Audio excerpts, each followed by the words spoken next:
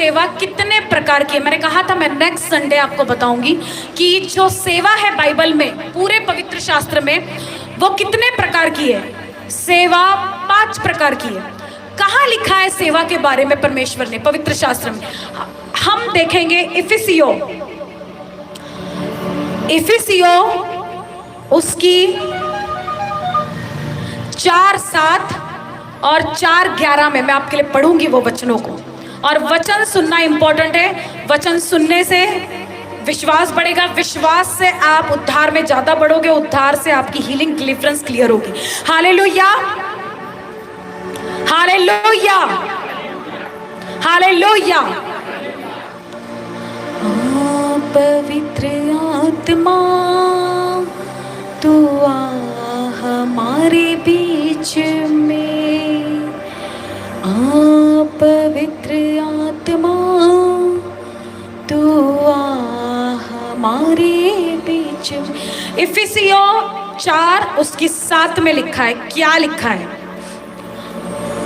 पर हम में से हर एक को मसीह के दान के परिणाम के अनुसार अनुग्रह मिला है। कैसे? हम में से हर एक को मसीह के दान के परिमाण के अनुसार अनुग्रह मिला है। उसके बाद 4 उसकी 11 में लिखा है, उसने कुछ को प्रेरित नियुक्त करके, कुछ को भविष्यवक्ता नियुक्त करके, कुछ को सुसमाचार सुनाने वाले नियुक्त करके, कुछ को रखवाले और कुछ को उपदेशक नियुक्त करके दे दिया, जिससे पवित्र लोग सिद्ध हो जाए और सेवा का काम किया जाए और मसीह की देह उन्नति पाए, जब तक कि हम सब के सब विश्वास और परमेश्वर के पुत्र की पहचान में एक न हो जाए और एक सिद्ध मनुष्य न बन जाए और मसीह के पूरे डील डॉल तक न बढ़ जाए। हालेलुया। इफिसियो 4 उसकी 7 और 11 में जो वचन हमने पढ़े, इसमें परमेश्वर बोलता है कि 5 प्रकार की सेवकाई परमेश्वर ने नियुक्त की है सभी के लिए। उसमें कौन से? एक जो हम कहते हैं अपोस्टल मतलब प्रेरित, दूसरा जो हम कहते हैं प्रोफेट मतलब भविष्यवक्ता, तीसरा जो हम कहते हैं इवेंजलिस्ट मतलब सुसमाचार प्रचारक, सुसमाचार सुनाने वाले, चौथा जो हम कहते हैं पास्टर मतलब रखवाले, और 5वां जो हम कहते हैं टीचर मतलब उपदेशक। हालेलुया। अब ये 5 प्रकार की जो सेवकाई है पूरे पवित्र शास्त्र में, ये ऐसा नहीं है कि इन लोगों के लिए है। और मैं आपको ये भी बताऊंगी कि ये 5 प्रकार की सेवकाई परमेश्वर ने ठहराई है, क्योंकि यीशु मसीह में ये 5 प्रकार मौजूद थे। हालेलुया। कौन से 5 प्रकार की सेवकाई मौजूद थी यीशु मसीह के अंदर? अपोस्टल की, प्रोफेट की, इवेंजलिस्ट की, पास्टर की और टीचर की। कैसे थी? कैसे? कहां कहां परमेश्वर ने ये बताया है कि मैं प्रेरित भी हूं? यीशु मसीह एक प्रेरित भी, यीशु मसीह एक भविष्यवक्ता भी, यीशु मसीह एक इवेंजलिस्ट भी, यीशु मसीह एक पास्टर भी और यीशु मसीह एक टीचर भी। हालेलुया। अपोस्टल प्रेरित इब्रानियों उसकी 3:1 को हम देखेंगे। इब्रानियों उसकी 3:1 में लिखा है, ध्यान से, कोई आवाज नहीं। इसलिए हे पवित्र भाइयों, तुम जो स्वर्गीय बुलाहट में भागी हो, उस प्रेरित और महायाजक यीशु पर जिसे हम अंगीकार करते हैं ध्यान करो। क्या लिखा है यहाँ पे? इसलिए हे पवित्र भाइयों, आप लोगों से कहा जा रहा है, हे पवित्र भाइयों, तुम जो स्वर्गीय बुलाहट में भागी हो। अब जितने जन यहाँ बैठे सारे बुलाहट में परमेश्वर के। हालेलुया। बुलाहट में सभी है, सबको परमेश्वर ने बुलाया अपने पास में। पर जो स्वर्गीय बुलाहट में भागी है और जो चुने हुए हैं, इनमें हमेशा डिफरेंस, ये एक अलग बात है। लेकिन यहाँ लिखा है कि जो स्वर्गीय बुलाहट में भागी हो, उस प्रेरित, कौन सा प्रेरित? उस प्रेरित और महायाजक यीशु। उस प्रेरित और महायाजक यीशु मतलब प्रेरित कौन है? यीशु मसीह। अपोस्टल कौन हुए? यीशु मसीह। महायाजक, याजकों के याजक, पास्टरों के पास्टर, अपोस्टल्स के अपोस्टल कौन हुए? यीशु मसीह। इसलिए हे पवित्र भाइयों, तुम जो स्वर्गीय बुलाहट में भागी हो, उस प्रेरित मतलब यीशु मसीह जो प्रेरित है और महायाजक यीशु पर जिसे हम अंगीकार करते हैं, ध्यान करो, वह अपने नियुक्त करने वाले के लिए विश्वास योग्य था। किसको अपोस्टल बोल के, किसने अपोस्टल बोल के यीशु मसीह को नियुक्त किया था? खुद यहोवा पिता ने उसे एक प्रेरित बोल के चुना था।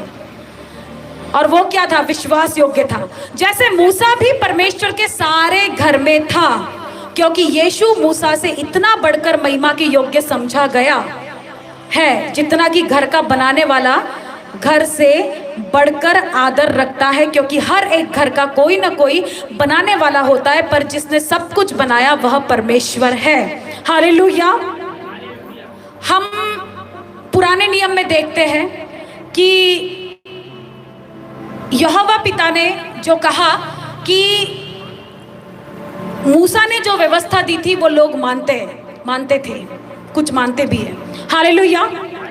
तो मूसा की व्यवस्था, तो कुछ लोगों ने मूसा को ऊपर चढ़ा दिया, मतलब मूसा को ज्यादा इंपॉर्टेंस दे दिया था कि यीशु मसीह धरती पे आके भी यीशु मसीह की ओर ध्यान नहीं दिया। लेकिन मूसा ने जो व्यवस्था दी थी उसके ऊपर ध्यान किया, उसकी आज्ञा को उनने अपने बुकों में लिख के रखा, अपने सामने लगा के रखा, लेकिन जो ओरिजिनल परमेश्वर इस धरती पे आया उसकी ना सुनी। हालेलुया। तो परमेश्वर कहता है कि लोगों ने क्या किया, क्योंकि यीशु मूसा से इतना बढ़कर महिमा के योग्य समझा गया। यीशु मसीह मूसा से बढ़ के थे, है और रहेंगे। क्यों? क्योंकि वो परमेश्वर का पुत्र जिसने आपके और मेरे लिए जान दी। हालेलुया।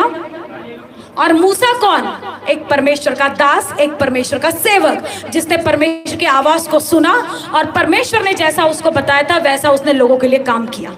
हालेलुया।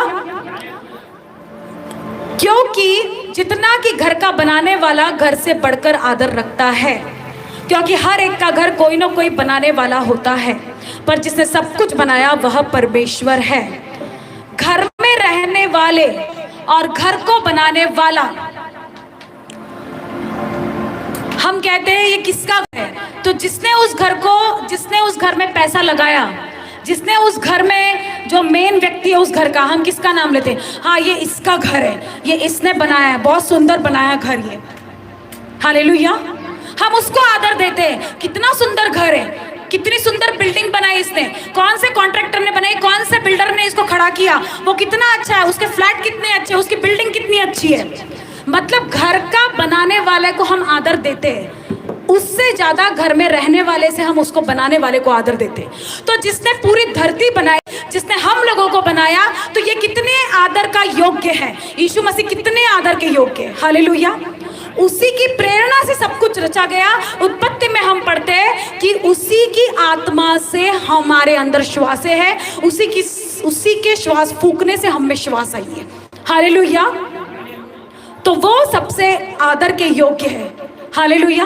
और जो प्रेरित है वो प्रेरित ही ये काम करता है, वो बनाता है, उसे अच्छा रखता है। उसके लिए क्या जरूरत है? घर बनाने के बाद बहुत से प्रॉब्लम क्रिएट होते हैं। ऐसा नहीं कि आपने एक बार घर बना दिया और छोड़ गए कि घर बन गया अब उसमें कोई प्रॉब्लम नहीं आएगा। कभी घर बनाने के बाद भी नल में लीकेज आते हैं, कभी दरारें आती है, कभी कुछ होता है, कभी स्लैब से पानी गिरता है, कभी कुछ होता है, तो हम वो दरारें भरते जाते, दरारें भरते जाते, दरारें भरते जाते। इसलिए ये हमें यहाँ ये सिखा रहा है कि मैं प्रेरित हूँ, मैंने अपनी प्रेरणा से ये घर बनाया, मैंने अपनी प्रेरणा से ये पृथ्वी बनाई, लेकिन अब जो तुम इस धरती के अंदर रहते हो, तुम सेवक हो मेरे। अब सेवकों का काम यह है कि तुमने सेवा करना है। अगर तुम उस घर में रहते हो तो तुम्हारी जिम्मेदारी यह है कि तुमने उस घर की कोई दरार पड़ गई है, तुमने उसमें लाइट खराब हो गए, वायरिंग खराब हो गई, कुछ प्रॉब्लम आ रहा है, तो तुमने उस घर में सेवा करनी है। कैसी सेवा करनी है? अगर तुम्हें वो काम अच्छे से आता है, तुमने उसको काम को ठीक कर सकते हो। अगर तुम अपने घरों में कुछ खराब दिखे तो क्या तुम करते नहीं हो, कोशिश नहीं करते हो कि डायरेक्ट मैकेनिक को बुला लेते हो? नहीं, पहले हम कोशिश करते ताकि हमारे पैसे बचे, ताकि अगर हम कर सकते हैं तो हम ही करते हैं। वो हम बुलाते नहीं है किसी को डायरेक्ट कि आ जाओ। अगर बड़ा प्रॉब्लम है तो हम बुलाते हैं कि आओ भाई, ऐसा ऐसा हो गया। अगर सिलेंडर के अंदर का वाइसर अगर खराब हो जाए, तो बहुत से लोगों को वाइसर चेंज करना आता है, वो खुद करते हैं, जिसको नहीं आता है वो बुला लेते हैं, आ जाओ वाइसर चेंज करना है। 1 सेकंड का भी काम नहीं है वाइसर चेंज करना। हालेलुया। तो तुम सेवक के रूप में ठहराए गए हो, तुम्हें सेवा करनी है। यीशु मसीह के प्रेरणा से ये धरती रची गई, अब तुम रचे गए। अब परमेश्वर यीशु मसीह ने तुमको ठहरा दिया है, मतलब तुम सब अपोस्टल में भी आते हो, क्योंकि यीशु मसीह अपोस्टल में आते हैं। हालेलुया। तो अब जब प्रेरणा से तुम रचे गए हो तो तुम्हारी जिम्मेदारी है, तुमने सेवा करनी है। कौन सी सेवा? वही सब सेवा जो तुम्हें लगता है कि परमेश्वर के राज्य में हमें करनी है। हालेलुया। हमारा काम इतना ही नहीं है आना, बैठना, वचन को सुनना और जाना, क्योंकि छुटकारा लेने के लिए सेवा इंपॉर्टेंट है। जो सेवा में घुसता नहीं, छुटकारा उसका हिस्सा नहीं है। हालेलुया। समझ आए? प्रेरित किसे कहते हैं? जिसकी प्रेरणा से रचा गया। अब मूसा उसका सेवक था, मतलब तुम और मैं, हम सेवक है परमेश्वर के। हालेलुया। हमें सेवा करनी है। उसके बाद जो है प्रोफेट आता है, भविष्यवक्ता। अब यीशु एक भविष्यवक्ता भी है। ये कैसे? कि यीशु मसीह कहाँ लिखा है? यूहन्ना 4 उसकी 19 को हम निकालेंगे। हालेलुया। यूहन्ना 4 नया नियम, यूहन्ना 4 उसकी 19 आयत को मैं आपके लिए पढ़ती हूँ।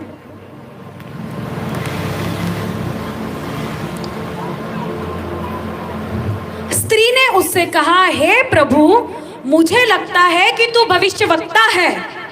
स्त्री ने कहा, हे प्रभु, मुझे लगता है कि तू भविष्यवक्ता है। हमारे बाप दादों ने इसी पहाड़ पर आराधना की और तुम कहते हो कि वह जगह जहां आराधना करनी चाहिए यरूशलेम में है।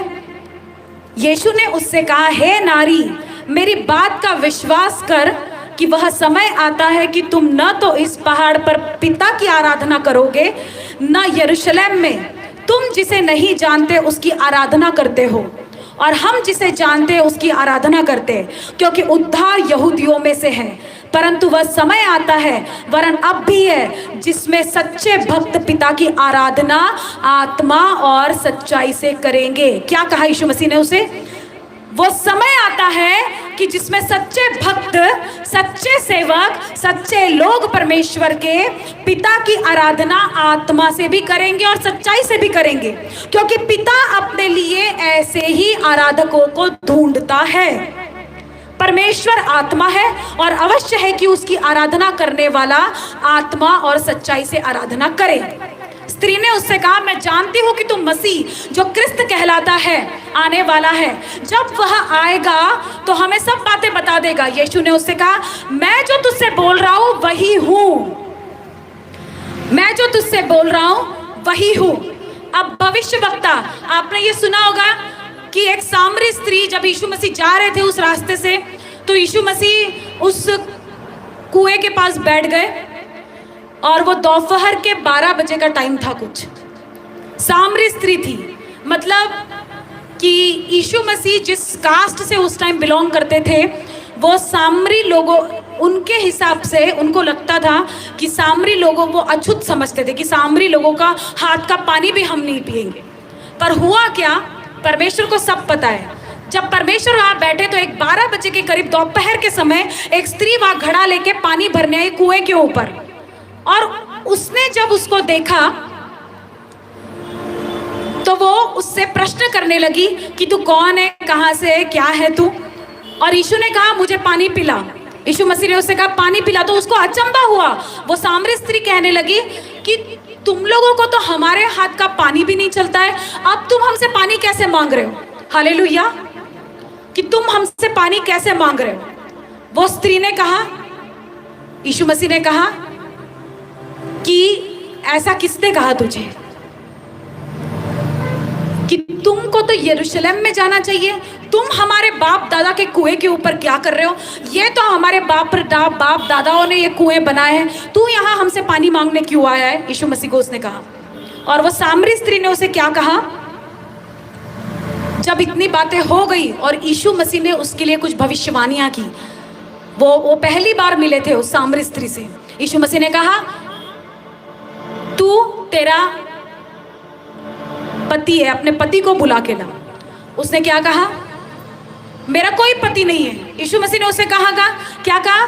वैसे ही तेरे 5 पति हो चुके और अब जिसके साथ तू रहती है वो भी तेरा पति नहीं है। वो हैरान हो गई और अचंभा करने लगी, और जैसे ही यीशु मसीह ने ये कहा कि इसको मेरी बात कैसे बताए, इसको सारी बातें कैसे पता है, तो उसके मुंह से क्या निकला यीशु मसीह के बारे में कि हे प्रभु, मुझे लगता है कि तू भविष्यवक्ता है।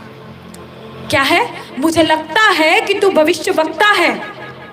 और उसने कहा हाँ, तू भविष्यवक्ता ही है, और इसलिए तुम इस पहाड़ पे इस कुएं के पास है क्योंकि हमारे बाप दादाओं ने, पूर्वजों ने यहाँ पे बैठ के यहोवा की आराधना की, परमेश्वर की आराधना की थी।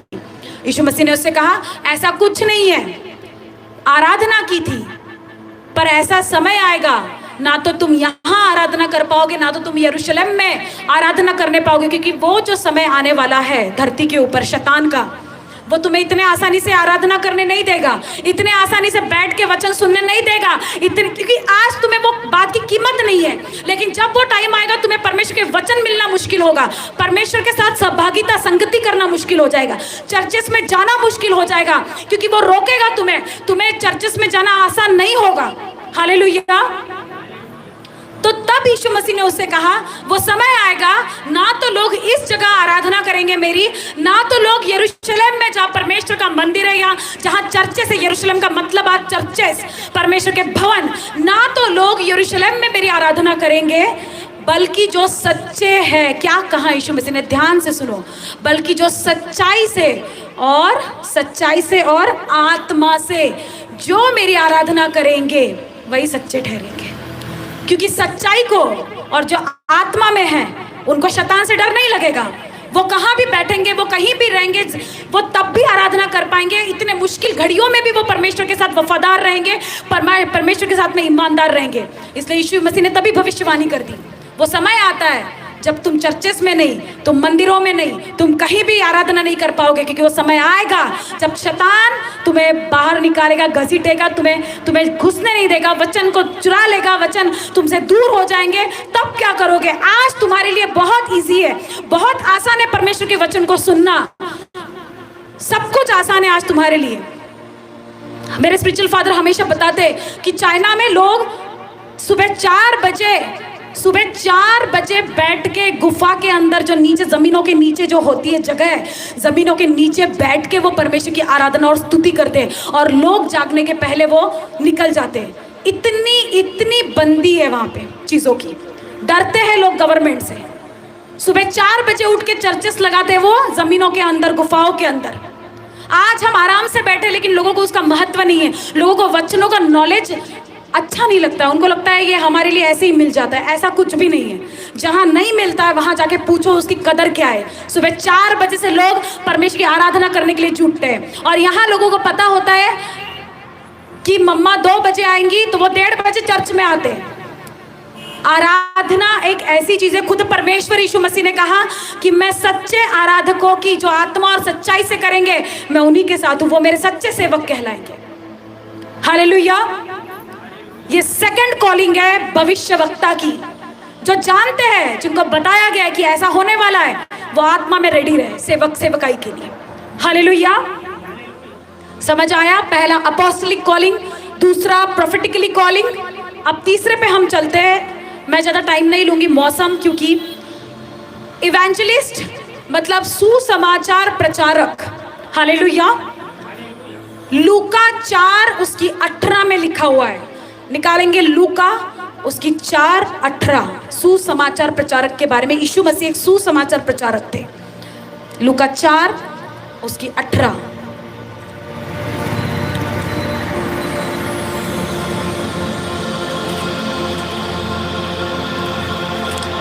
लूका 4 उसकी 18 में लिखा है,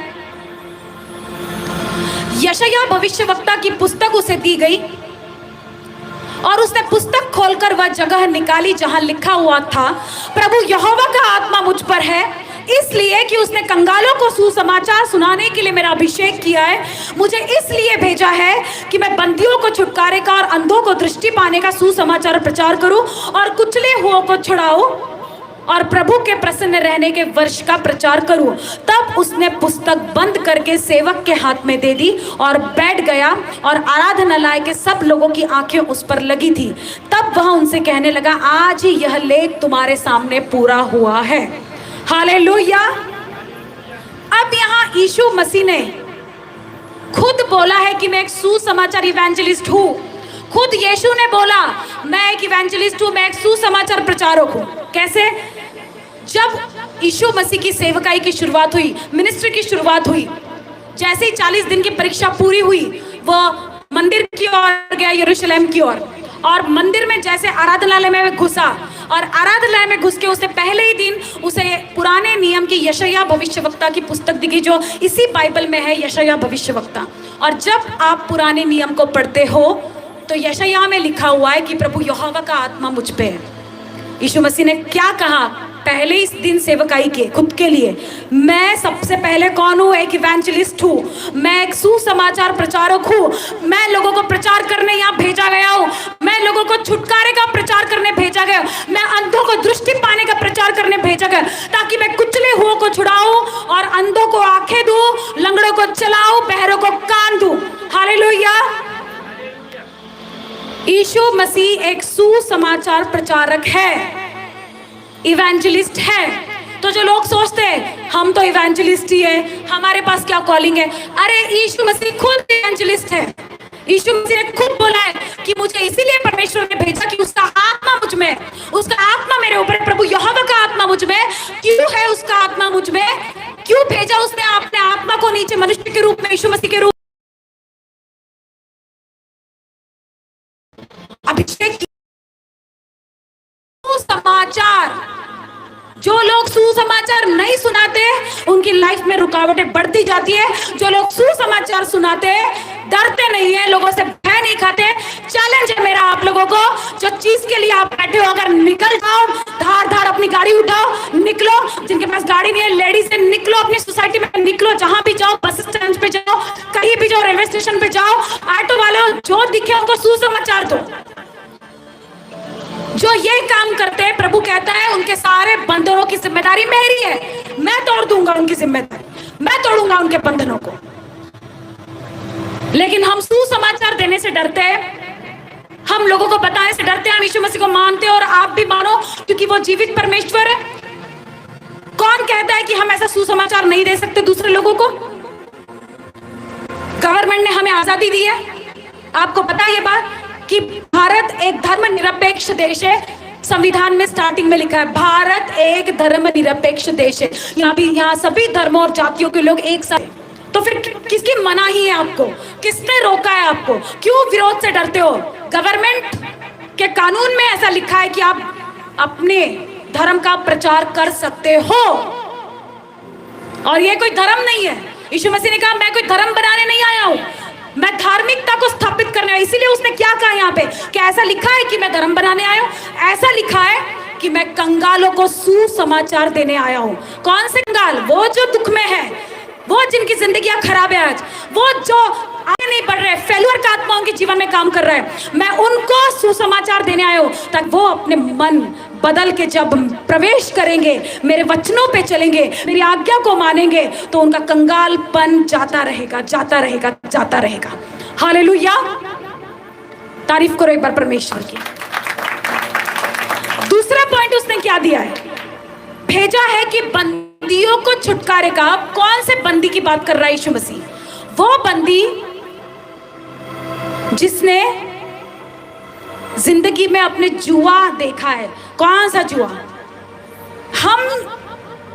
हम इस दुख से निकलना चाहते हैं। मेरे नानी, परनानी, दादी, परदादी, आप, मेरे रिश्तेदार, मेरे चाचा, मेरे अंकल, मेरे जो भी है, को एक ही बीमारी हो रही है स्टार्टिंग से लेके आज तक, और वो बीमारी अब आपको भी है। ये क्या है? ये बंधन है शैतान के। उनको थी, डॉक्टर कहता है तुम्हारे घर में किसको डायबिटीज थी, तुम्हारे घर में किसको शुगर थी, और वो आपको बताता है हाँ तुम्हारे घर में शुगर थी ना, इसलिए तुमको भी शुगर है। यही बोलता है ना वो। पर क्यों? क्या तुम्हारे बाप दादाओं को थी तो क्या तुम्हें भी होना जरूरी है वो शुगर? क्या तुमने ठेका लेके रखा है शुगर लेने का या बीपी को बढ़ाने का? बिल्कुल नहीं। आने के लिए भेजा गया हूं। जो विश्वास करेगा, उद्धार करेगा, बपतिस्मा लेगा, उसका उद्धार होगा, वो आजाद होगा। हालेलुया। तो वो बंधन जो शैतानी बंधन है, वंशों के श्राप है, जो तुम्हारे पीढ़ियों से चले आते रहे, कि तुम्हारी माँ के साथ में वही प्रॉब्लम था, उसकी तुम्हारे मम्मी के लाइफ में तुम्हारे पापा का और तुम्हारे मम्मी का नहीं पटता था, तुम्हारी बहन की जिंदगी में वही प्रॉब्लम है, तुम्हारी बहन का उसके पति का नहीं पटता है, तुम्हारे घर में पहले से दारू पीने वाले लोग निकल रहे हैं, अब वो भी तुम्हारा बेटा, तुम्हारा हस्बैंड भी दारू पीता है, तुम्हारे घर में पहले से वो श्राप चल रहा है। तो ये क्या है? ये एक बॉन्डेज है, ये शैतान के बांधे हुए बंधन है। वो तुमको भी दिखाना चाहता है कि तुम भी, पर होता क्या है, जैसे ही क्यों आपको रोकता है वो चर्च में जाने से, क्यों जीवित भवन में जुटने से रोकता है? क्योंकि जैसे ही आप घुसते हो, उसको पता है एक ना एक दिन ये पक्का चंगा हो जाएगा, पक्का ये एक ना एक दिन ये पूरा डिलीवरेंस लेगा, पूरा छुटकारा अपने जीवन में लेगा। अगर ये चल गया परमेश्वर में, अगर इसने यीशु मसीह की आज्ञा को मान लिया, अगर इसने बपतिस्मा ले लिया, अगर ये प्रार्थना करने वाला व्यक्ति निकल गया, अगर ये रोज बाइबल पढ़ने वाला व्यक्ति निकल गया, तो ये एक ना एक दिन पूरा छुटकारा लेगा। ये उसको पता है, शैतान को। इसलिए वो आपको भवन में आने से रोकता है, इसलिए वो आपको जीवित भवन का हिस्सा बनने से रोकता है, इसलिए आपके दिमाग में शक डालता है, इसलिए आपके दिमाग में लोगों के द्वारा अन्य अन्य चीजें को घुसाने की कोशिश करता है, रुकावटें पैदा करता है। हालेलुया। और जैसे ही आप एंटर करते हैं, आपका छुटकारा उसी दिन से शुरू होता है, पर आपको दिखता नहीं है। मैं क्या कह रही हूँ? छुटकारा उसी दिन से शुरू हो गया, पर आपको दिख नहीं रहा है। वो दिखता इसलिए नहीं है क्योंकि हम ये सेवा पूरी करते नहीं है। अब जो ये सेवा के 5 प्रकार बताए गए, हम इसमें घुसते ही नहीं है। अब घुसते नहीं है तो ये हमारी जवाबदारी है। अगर हम घुस गए तो वो बंधन टूट गए, हम घुस गए बीमारियां गई, हम घुस गए वंशों के श्राप टूट गए। चंगाई इसीलिए तुम्हें वो देता है, तुम्हारी प्रॉब्लम को इसीलिए सॉल्व करता है वो, इस धरती पे मनुष्य के द्वारा वो काम हो जो वो चाहता है। हालेलुया। परमेश्वर की सेवा एकमात्र मेन उद्देश्य, परमेश्वर की सेवा, इसके ऊपर कुछ नहीं है इस धरती के ऊपर। तुम्हारे सारी सांसारिक चीजें फेल है उसके सामने। जो परमेश्वर की सेवा में नहीं है, उसके साथ, उसके लिए लाइफ में कुछ भी नहीं है। वो जितना मर्जी अच्छा, जितना पैसा हो, उसके बाद करोड़पति अरबपति क्यों ना हो, लेकिन अगर तुम उनको देखोगे तो उनके अलग ही प्रॉब्लम चालू है। किसको कुछ बीमारी है, किसको कुछ बीमारी है, किसको कुछ बीमारी है, कोई कैसे मर रहा है, कोई आत्महत्या कर रहा है, कोई कुछ कर रहा है। लोग बोलते हैं हम गरीब हैं। मैं कहती हूँ अगर जो परमेश्वर में हो, गरीब हो ही नहीं सकते आत्मा में कभी भी। वो वैसे भी नहीं होंगे और वैसे भी नहीं होंगे, क्योंकि जो अमीर कहता है कि ये अमीर है, हम जिनको कहते हैं कि ये अमीर है, जिनको तुम तुम्हारी नजरों से देखते हैं कि ये अमीर लोग हैं, जिनके पास में करोड़ों रुपए है, जिनके बड़े बड़े घर है, जिनके पास गाड़ियां है, जिनके पास बंगले हैं, हम जिनको अमीर कहते हैं, उन अमीरों की दशा तुम अंदर जाके देखो, तब तुमको पता चलेगी वो कितनी अमीरी में है करके। मेरे स्पिरिचुअल फादर कहते हैं अगर वाकई में ये लोग अमीर होते, अगर इनके पास इतने पैसे होते, तो फिर वो जो हीरो है, हीरोइन है, ये ऐसे आत्महत्या नहीं करते थे। इनके पास करोड़ों रुपए है, इनके पास में बड़े बड़े घर हैं, इनके पास में फार्म हाउस है, इनके पास में सारी चीजें हैं, लेकिन वो आत्महत्या क्यों करते? उनको कैंसर क्यों होते? जितने ज्यादा बॉलीवुड के स्टार है, हॉलीवुड के स्टार है, फॉरेन के एक्टर है, एक्ट्रेस है, फॉरेन की जितनी टॉलीवुड है, इनको देखो, मेजॉरिटी में 100% में से 80% लोग बीमारियों से ग्रस्त हैं। जैसे तुम्हें दिखता है कि ये बड़े सुंदर है, जैसे तुम्हें दिखता है कि इनकी लाइफ बड़ी आलीशान है, ये गाड़ी से उतरते, गाड़ी से जाते, इनके घर में खाने के लिए ऐसे कुछ नहीं, वो खा नहीं सकते। वो जो टेबल पे उनका डाइट अगर आप देखोगे तो उनका डाइट हैरान हो जाओगे आप। जूस के अलावा कुछ नहीं ले सकते, क्योंकि खुद का ध्यान रखना पड़ता है, खुद का ध्यान रखना पड़ता है। ये बुरी बात नहीं है, लेकिन सब कुछ होने के बावजूद वो चीजों को ले नहीं सकते जीवन में। क्यों? क्योंकि परमेश्वर नहीं है उनके जीवन में, परमेश्वर नहीं है। और जिसके जीवन में यीशु नहीं है, उसका जीवन खाली है। जिसके जीवन में यीशु नहीं है, उसका जीवन पैसा हो, पति हो, बच्चे हो, सब कुछ हो, खाली है, खाली है, खाली है। Hallelujah, hallelujah. इसलिए यीशु मसीह एक सुसमाचार प्रचारक है। उन्होंने कहा प्रचार करो। प्रचार हमें बुरा नहीं करना है, हमें प्रचार अच्छा करना है कि यीशु मसीह पे विश्वास करो, तुम्हारी समस्याओं का समाधान यीशु मसीह है। हमें इतना बताना है कि तुम्हारी बीमारियों का, तुम्हारी चीजों का एक ही, ज्यादा बहस नहीं करनी है हमें लोगों से। हमें सिर्फ पॉम्पलेट हाथ में लेना है। पॉम्पलेट यहाँ पड़े हैं, लेकिन किसी को फुर्सत नहीं है कि हम सुसमाचार देने जाएं। हमने सोचा ही नहीं कि हमको सुसमाचार भी देना है। और अगर आपने मीटिंग सुनी होगी 31 दिसंबर की, बीच में की मीटिंग, उसके पहले की, मेरे स्पिरिचुअल फादर ने कहा तुम्हारा अकाउंट खाली है या क्या है? कितनी रूहों को तुमने बचाया, कितने लोगों को तुमने सुसमाचार दिया? क्या उन्हीं के पीछे पड़े रहते हो जिनको ऑलरेडी पता है कि यीशु मसीह कौन है?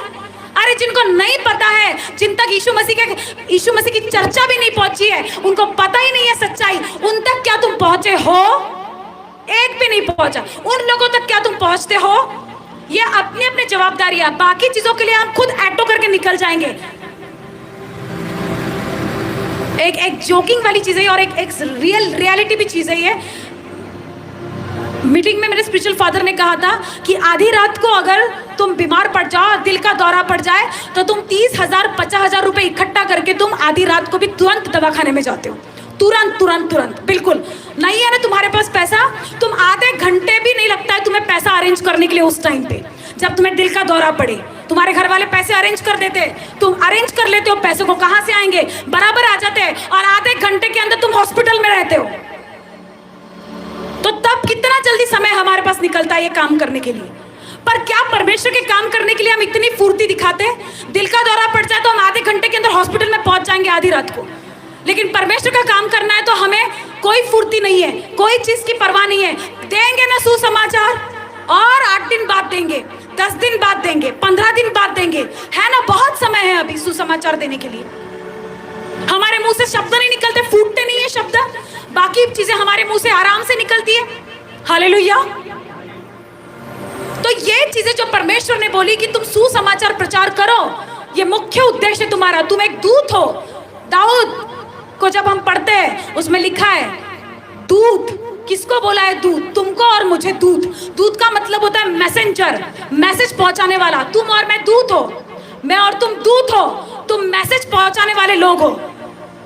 परमेश्वर का सुसमाचार दूसरों तक पहुंचाने के लिए परमेश्वर ने हमें दूत बोल के भेजा है इस धरती के ऊपर। इसलिए बाइबल में लिखा है दूतों की सेना, दूत। उसने तुम्हें और मुझे दूत कहा है, मैसेंजर, एम्बेसडर, बीच में का दूत बोले तो बीच का व्यक्ति।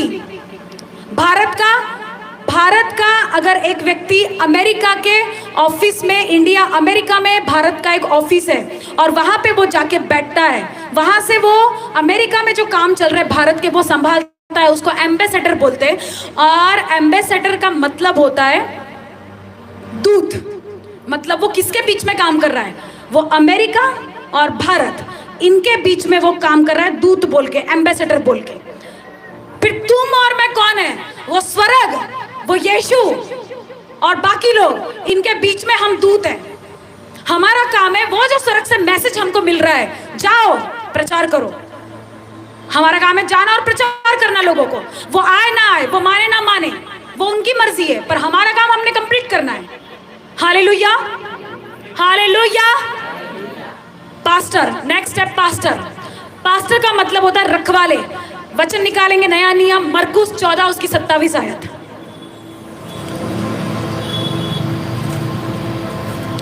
मरकुस 14 उसकी 27 में लिखा हुआ है, पास्टर का मतलब होता है हिंदी में रखवाला, भेड़ों की रखवाली, लोगों की रखवाली करने वाला, उसको बोलते हैं पास्टर। 14 उसकी 27 में लिखा है मरकुस में, तब यीशु ने उनसे कहा,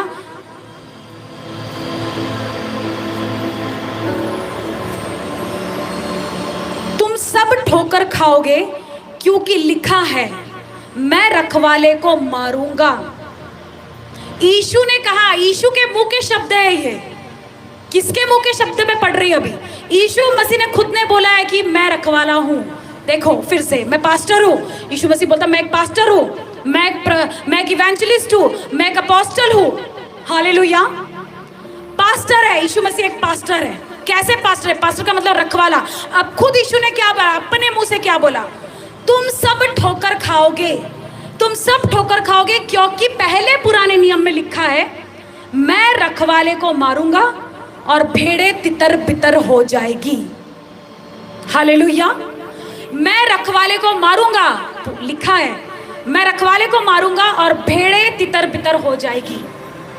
इसलिए यीशु ने अपने चेलों से बोला तुम सब ठोकर को खाओगे, क्योंकि यीशु मसीह को पता था, पहले ही लिखा हुआ था यहोवा की आज्ञा कि मैं रखवाले को मार दूंगा और जितने तुम बैठे हो तितर बितर हो जाओगे, डरोगे, कोई भागोगे, कोई किसको डर लगेगा, कोई कुछ सोचेगा, कोई कुछ सोचेगा। जैसे ही यीशु मसीह क्रूस पे चढ़ाए जाएंगे सब इधर उधर हो जाएंगे, कोई उनके पास। और हम जानते हैं कि जब यीशु मसीह को क्रूस पे चढ़ाया गया उसके चेले उसके पास में नहीं थे, यूहन्ना को छोड़ के।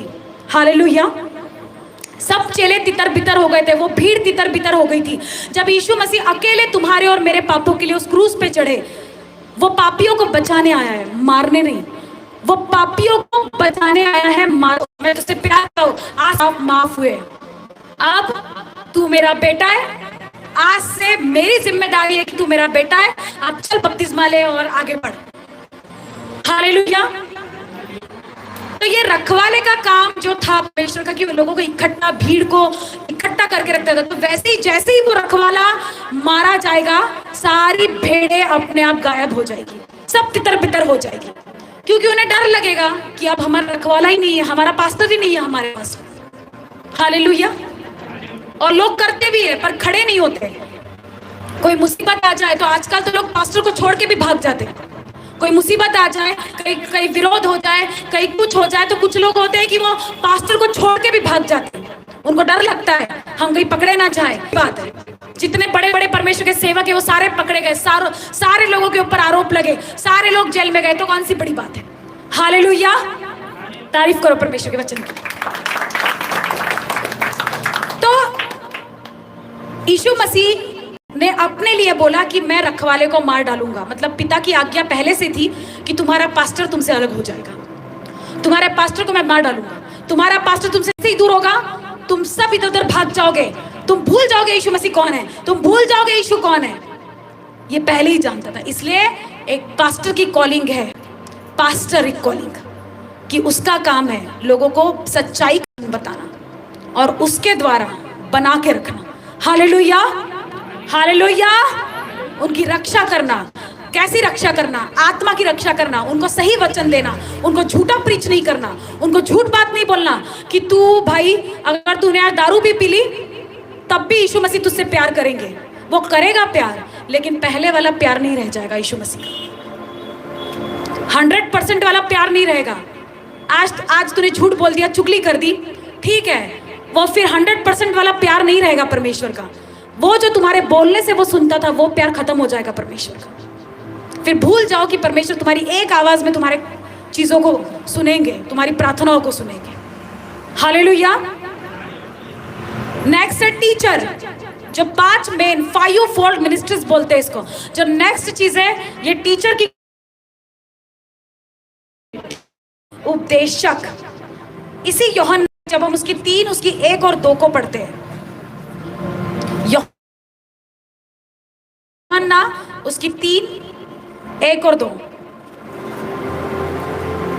लिखा है, फरीसियों में निकोदेमुस नाम का एक मनुष्य था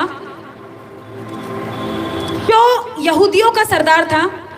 उसने रात को यीशु के पास आकर उससे कहा, हे रब्बी, हम जानते हैं कि तू परमेश्वर की ओर से गुरु होकर आया है, क्योंकि कोई इन चिन्हों को जो तू दिखाता है, यदि परमेश्वर उसके साथ ना हो तो दिखा नहीं सकता। हालेलुया। क्या लिखा है? फरीसी जो यीशु मसीह से नफरत करते थे जो लोग, तो उन फरीसियों में से एक ऐसा भी व्यक्ति था जो यीशु को प्यार भी करता था, लेकिन डाउटेड था थोड़ा सा।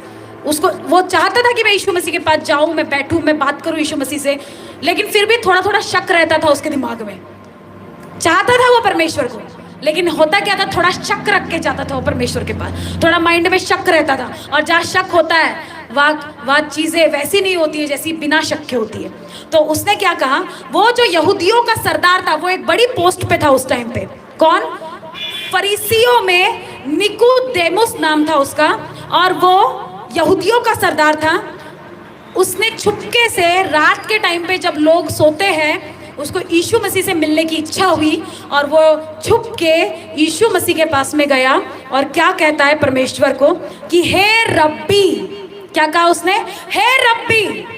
रब्बी का मतलब होता है गुरु, टीचर, उपदेशक। इब्रानी भाषा का शब्द है रब्बी। हे रब्बी। इसलिए गुरु का ओहदा तुम किसी को नहीं दे सकते इस धरती के ऊपर जब तक हो तुम। अगवा हो सकता है तुम्हारा, तुम्हें सिखाने वाला हो सकता है, लेकिन गुरु कोई नहीं है तुम्हारा। यह हमेशा ध्यान रखना। तुम अगर गुरु किसी को कहते हो तो वो परमेश्वर की ओर से नहीं है कभी, क्योंकि गुरु एक ही था, है और रहेगा। उसने कहा हे रब्बी, मतलब हे गुरु। यीशु को कहा हे गुरु। हम जानते हैं कि तू परमेश्वर की ओर से गुरु होकर आया है। गुरु मतलब टीचर, जो तुम्हें सिखाता है, बताता है सब बातें, तुम्हें आगे बढ़ाने की शिक्षा देता है, तुम उन्नति को पाओ, तुम नेक्स्ट क्लास में जाओ, तुम नेक्स्ट लेवल पे जाओ। उसको बोलते हैं गुरु, जो तुम्हें सिखाता है। तो उसने कहा कि हम जानते, क्या जानते, कि तू परमेश्वर की ओर से गुरु होकर आया है, क्योंकि कोई भी इन चिन्हों को तब तक नहीं दिखा सकता जब तक कि परमेश्वर का आत्मा उसके साथ ना हो। हालेलुया। उसको ये पता था कि फिर भी डरता था। देखो, उसको ये पता था कि यीशु मसीह गुरु है, यीशु मसीह परमेश्वर की ओर से आए, वही मसीह है, लेकिन वो लोगों से डरता था क्योंकि उसकी पोस्ट बड़ी थी। मेरा जॉब चले जाएगा, मेरी नौकरी चली जाएगी। अगर मैं बता दिया कि मैं यीशु मसीह से मिलने गया था, मैं चर्च गई थी, तो ये लोग मेरे को बाहर कर देंगे, बॉयकॉट कर देंगे ये लोग मेरे को, ये सब। तो वो रात के समय गया और उसको पता था कि ये परमेश्वर की ओर से गुरु, मतलब इस धरती पे सिखाने के लिए आया है, परमेश्वर की आज्ञा मानना सिखाने आया है, वचनों को सिखाने आया है। हालेलुया। मैंने आपको वचनों के साथ बताया, वचन के साथ में मैंने आपको बताया कि यीशु मसीह के अंदर हर एक कॉलिंग थी। मैंने आपको बता दिया, अपोस्टल भी थे, वो प्रोफेट भी थे, इवेंजलिस्ट भी थे, पास्टर भी थे, टीचर भी थे, प्रेरित भी थे, एक अपोस्टल, एक भविष्यवाणी जो बोलते भविष्यवक्ता वो भी थे, सुसमाचार प्रचारक वो भी थे, पास्टर मतलब रखवाले वो भी थे, और उपदेशक मतलब टीचर वही थे। ये पांचों कॉलिंग यीशु मसीह के पास में थी। इसलिए इस धरती पे 5 कॉलिंग के ऊपर दूसरी कोई कॉलिंग नहीं है। अगर आप सोचते हैं कि ये करना है, वो करना है, ये सभी इन्हीं कॉलिंग्स में आता है। और जिसको ये नहीं पता है कि ये 5 कॉलिंग के अंदर हमारी कौन सी कॉलिंग है, जरूरी नहीं है कि आपके नाम के आगे पास्टर लगे, जरूरी नहीं है कि आपके नाम के आगे इवेंजलिस्ट ही लगे, जरूरी नहीं है कि आपके नाम के आगे अपोस्टल ही लगे, क्योंकि जो इसके अंदर दिया गया, यीशु मसीह ने कहा मैं ये भी करता हूँ, मैं ये भी करता हूँ, मैं रखवाली भी करता हूँ, मैं सुसमाचार भी देता हूँ। मतलब कि जरूरी थोड़ी है कि जितने जन बैठे अगर आप सभी जाके सुसमाचार देंगे तो आप सभी इवेंजलिस्ट बन गए, ऐसा नहीं है। आप सेवा को कर रहे हैं। यीशु मसीह ने सेवा को पूरा किया इस धरती पे आके। खुद परमेश्वर ने सेवा की लोगों की। उसने कहा है एक जगह कि मैं इसलिए भेजा गया हूं कि मैं सेवा करूं, ना कि अपनी सेवा करवाऊं। मैं सेवा करने के लिए भेजा गया हूं, ना कि अपनी सेवा करवाने के लिए भेजा गया हूं। इसलिए मेरा काम है लोगों को सेवकाई देना, सेवा करना, मिनिस्ट्री करना, सर्विस देना लोगों को। हालेलुया। आज के लिए इतना काफी है, ज्यादा ऊपर हो जाएगा। अब मैं आपको नेक्स्ट जो डिलीवरेंस वीक 2 है उसमें मैं आपको आज के वचन समझ आए, सबको समझ आए? हाथ ऊपर करो। समझ आए? जिसको नहीं आए वो नीचे करो, जिसको आए वो ऊपर करो। आए? इसका मतलब यीशु मसीह की कॉलिंग आपको पता है। इसका मतलब आपकी कॉलिंग इन 5 में से किस में बैठती है, आपकी जिम्मेदारी। और जब पवित्र आत्मा बताएगा वो कामों को हमने करते जाना है। किसी ने नहीं बोला आपको रोकने के लिए, किसी ने नहीं कि आप रुक जाओ रुक जाओ रुक जाओ। इन 5 में से आप सेवा शुरू कर सकते हो, वो चीजें जो परमेश्वर ने की है इस धरती के ऊपर। हम सोचते हैं हमारी कॉलिंग क्या है। ठीक है, अच्छी बात है, कॉलिंग का वेट करना चाहिए, क्योंकि कॉलिंग में एक पदवी लगती है तुम्हारे नाम के आगे, अपोस्टल, पास्टर, इवेंजलिस्ट। लेकिन अगर इसमें से कोई लग ही नहीं रही है तो फिर क्या तुम चुपचाप बैठे रहोगे?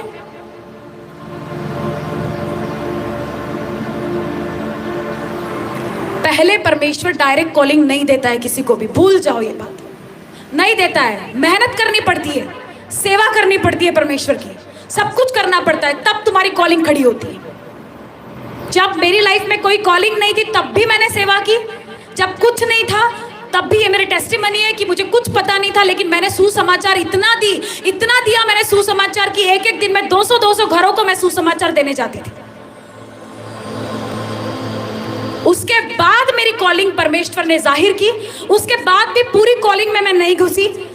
एक पास्टरिक कॉलिंग आपकी स्टार्टिंग होती है रखवाली की कॉलिंग, मतलब जो भेड़े आपको मिली है उनकी रखवाली करना, और परमेश्वर परखता है तुमको, और परखने के बाद फिर मेजर कॉलिंग में जो बड़ी बुलाहट है तुम्हारी जिंदगी की, उस बड़ी बुलाहट में परमेश्वर तुम्हें एंटर करवाता है।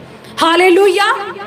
अगर आप मेरे स्पिरिचुअल फादर को देखोगे, उनके स्टार्टिंग में अगर आप उनके वीडियोस को सर्च करो, क्या पता अभी है शायद उस पर नहीं है, पर जब पिछले था तो उसमें पास्टरिक कॉलिंग थी। स्टार्टिंग की कॉलिंग मेरे स्पिरिचुअल फादर की पास्टर, उनको पास्टर अंकुर नरूला बोलते। उनका एक वीडियो भी है उस पर, जब वो अपने स्पिरिचुअल फादर के पास में गए थे, उनका इंटरव्यू लिया गया था कि आप कहाँ से आए हो। उन्होंने कहा था आपका नाम क्या है, उन्होंने कहा था मैं पास्टर अंकुर नरूला भारत से आया हूं। हालेलुया। तो जरूरी नहीं है कि आपकी कॉलिंग तुरंत मिल जाए, मेहनत करके सेवा में घुस के सभी बातों को पूरा करके परमेश्वर आपको बड़ी बुलाहट के रास्ते खोलता है। ऐसे नहीं मिलती है, भूल जाओ, बिना प्रेयर के भूल जाओ कि कॉलिंग आ गई, कितना भी करोगे उसका रिजल्ट कुछ नहीं आएगा। इसलिए सेवा में घुसो। खुद यीशु मसीह ने सेवा में, उसी के बाद परमेश्वर यीशु मसीह की महिमा हुई है। हालेलुया। इसलिए सेवा में घुसना, तभी तुमको महिमा मिलेगी अपने जीवन में। मेरा विश्वास है कि ये वचनों के द्वारा आप अपनी कॉलिंग में घुसेंगे और परमेश्वर का आत्मा आपको अगुवाई करेगा। हालेलुया। खड़े हो जाओ अपनी सीटों पे और प्रभु भोज को दे दो सबके हाथों में। हालेलुया।